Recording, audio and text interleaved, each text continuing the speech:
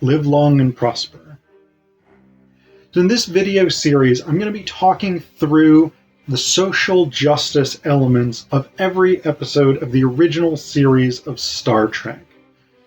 The thing that inspired this project was actually a Fox News article which argued that Star Trek has in some way betrayed its traditional commitment to sort of political neutrality or middle ground by embracing progressive politics.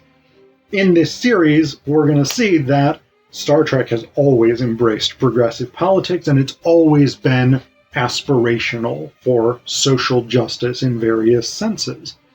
I am taking a broad perspective on social justice here, so that may include multiple different types of social justice, whether that's racial, whether that's economic, whether that's religious, whether that's abilities, gender and sexuality, anything broadly considered.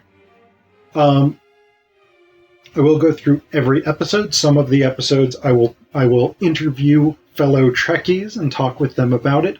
And then below, in the descriptions, I will give you additional information about the episodes, particularly their original air date, who wrote the screenplay, and who directed that episode.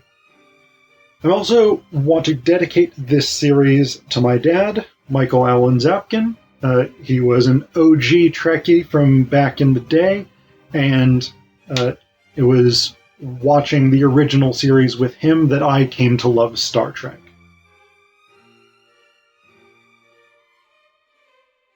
In this video, we're going to talk about the episode The Mark of Gideon. So, in this episode, the Enterprise is sent to the planet Gideon to attempt to negotiate their potential entry into the Federation as a member planet.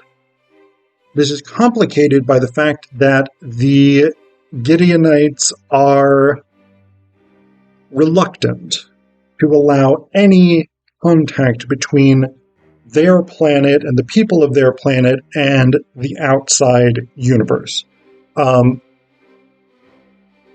Supposedly, according to the reports from the Gideonites, Gideon is basically a paradise, so the Federation is very interested in it.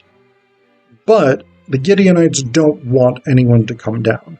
They agree to allow one person, one Captain James P. Kirk of the USS Enterprise, to visit the planet, beaming directly to the Gideon Council chambers to meet with Ambassador Hoden and the members of the Council. Kirk, however, does not arrive at the Council chambers. He arrives instead on an empty Enterprise. So Kirk is now on a version of the Enterprise that has no crew on it. He's wandering around. He's trying to figure out what's going on. He's trying to figure out where the crew are, where all his friends are, where his crewmates are, etc., etc. And eventually, so Spock and the Enterprise crew are trying to figure out where Kirk is. Hoden is ostensibly trying to figure out where Kirk is. Finally, Kirk meets on this empty Enterprise Odana, a woman who claims to not know what planet she's from, but what she remembers is that it's extremely crowded. There are just people everywhere on this planet, like massively overpopulated. No one can ever be alone. They're just continually like sardined in together all over the planet. It sounds hellacious to me. Which is kind of the assessment of Odana. She claims to not know how she's gotten onto the Enterprise or where Kirk's crew is. She's just thrilled to have some space, but also she and Kirk are all like, I'm gonna make out with you now. Because, that's Kirk, that's what he does.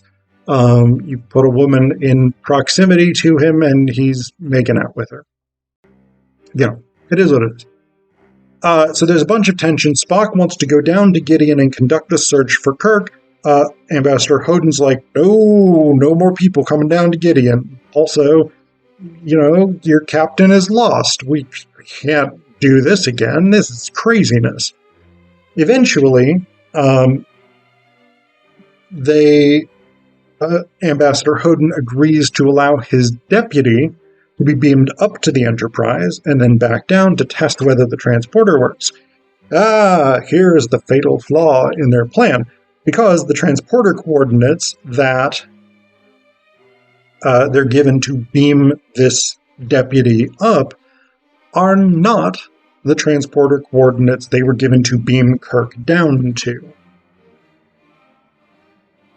And this is actually a weird thing, because we don't get this in any other episode of Star Trek where the coordinates are given verbally. But here they're given verbally multiple times.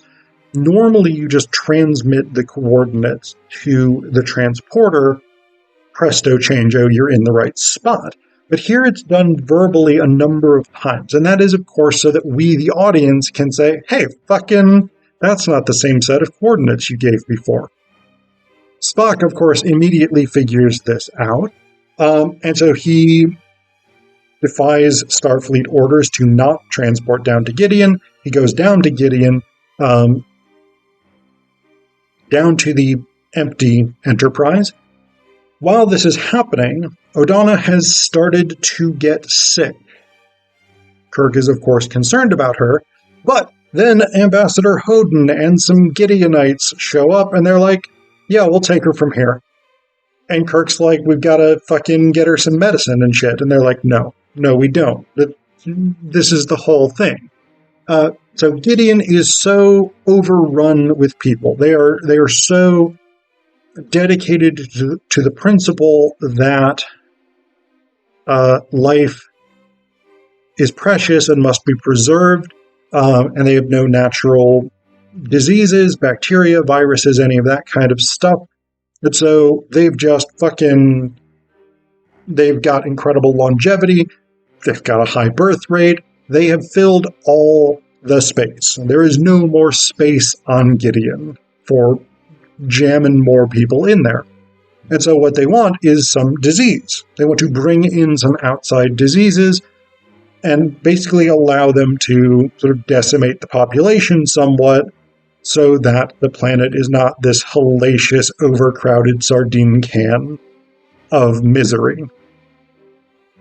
Hashtag Sardine of Misery. Great indie band name. Copyright Phillip Zapkin, 2023.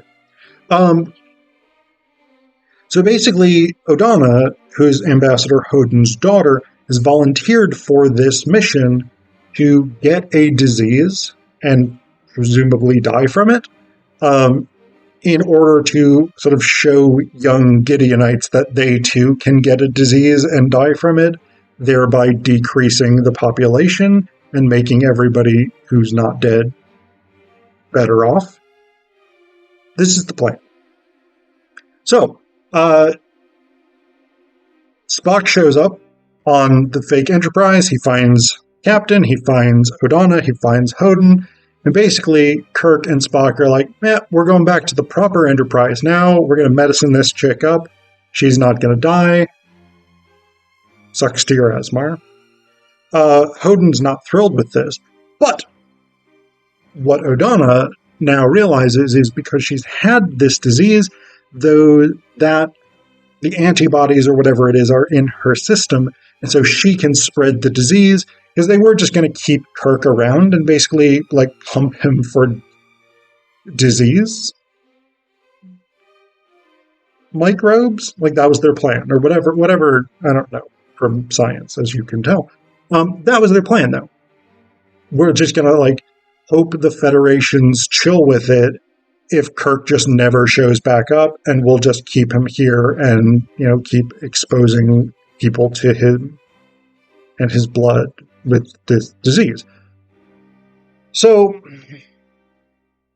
it doesn't make any sense to me. This is one of those episodes where I don't follow why they're doing what they're doing. I get the basic idea of we don't have disease, we have incredible longevity, We, for some reason, won't use condoms. Like, I get that they don't want to do abortions or something like that because life is sacred to them and they believe it begins at conception. Fine, whatever. It is what it is. But fucking put a raincoat on it. Problem fucking solved. You know, it's not that difficult. But apparently that has not occurred to them. And so it is this weird thing where, like, the root of their problem is precisely that they believe life is so sacred that it cannot be interfered with under any circumstances. And so that has created the problem that now requires them to introduce a disease that's going to wipe out a large portion of their population. So you immediately have a logical problem here. If that is such a sacred belief, then it's inconceivable that the Gideonite Council is doing the thing that they're doing, because the thing that they're doing is literally a violation of that principle. And so it follows that you could get other people to violate that principle and fucking wear a condom. But the other thing is, it doesn't make that much sense as an approach. Like, it's an incredibly it's like a fucking James Bond villain, cartoon super villain from the 50s or 60s kind of nonsensical plan. We'll just kidnap Captain Kirk on a fake empty Enterprise and keep taking disease from his blood and spreading it among our population. Why? Why fucking go to all this trouble? It doesn't make any sense. You could literally just call up the Enterprise and be like, listen, long story, we can't really go into it, but we need some disease. Can you send us down some disease? And I guarantee you, McCoy has samples of all kinds of bacteria, viruses, whatever fucking thing you want. Let that shit loose among your population if that's what you really want to do. The idea of we're going to kidnap Captain Kirk and hope the Federation just lets that go doesn't make any sense.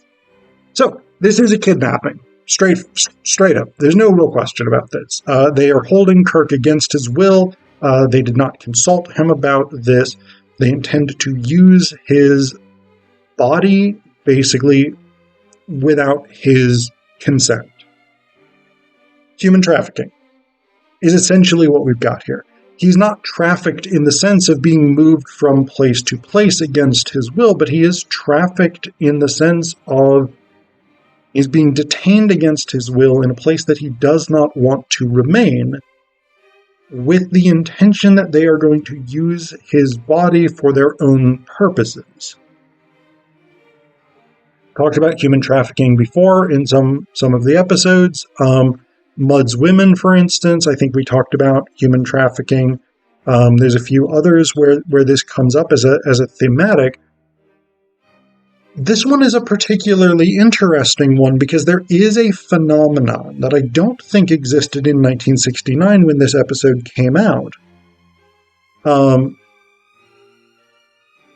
Which I think it's called, I'm possibly wrong about this, but I think the term is like biotrafficking, where people are kidnapped or otherwise sort of taken against their will in order to harvest their organs and things like this, because there is a lucrative trade on the human organ market. A lot of people need them for transplants and things like that.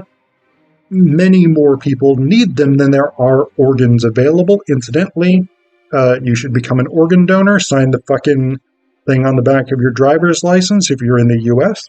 I don't know what the organ donation procedures look like in other countries. It is a good thing to do. But this idea of harvesting the organs of living people against their will, or murdering people in order to harvest their organs, in order to do transplants and things like this, this is actually a very real medical and legal problem right now in the world. And this is essentially what's being done to Kirk here. He is being held in order to take advantage of his physiological condition in order to draw resources from him without his consent. So we also have issues of bodily autonomy here. And that, of course, is linked to reproductive rights. It's linked to the ability to get or continue getting things like gender-affirming surgeries, hormone replacement therapy, different treatments like this, gender-affirming care, etc., etc. So there's a lot going on here related to these questions of medical practice and individual freedom.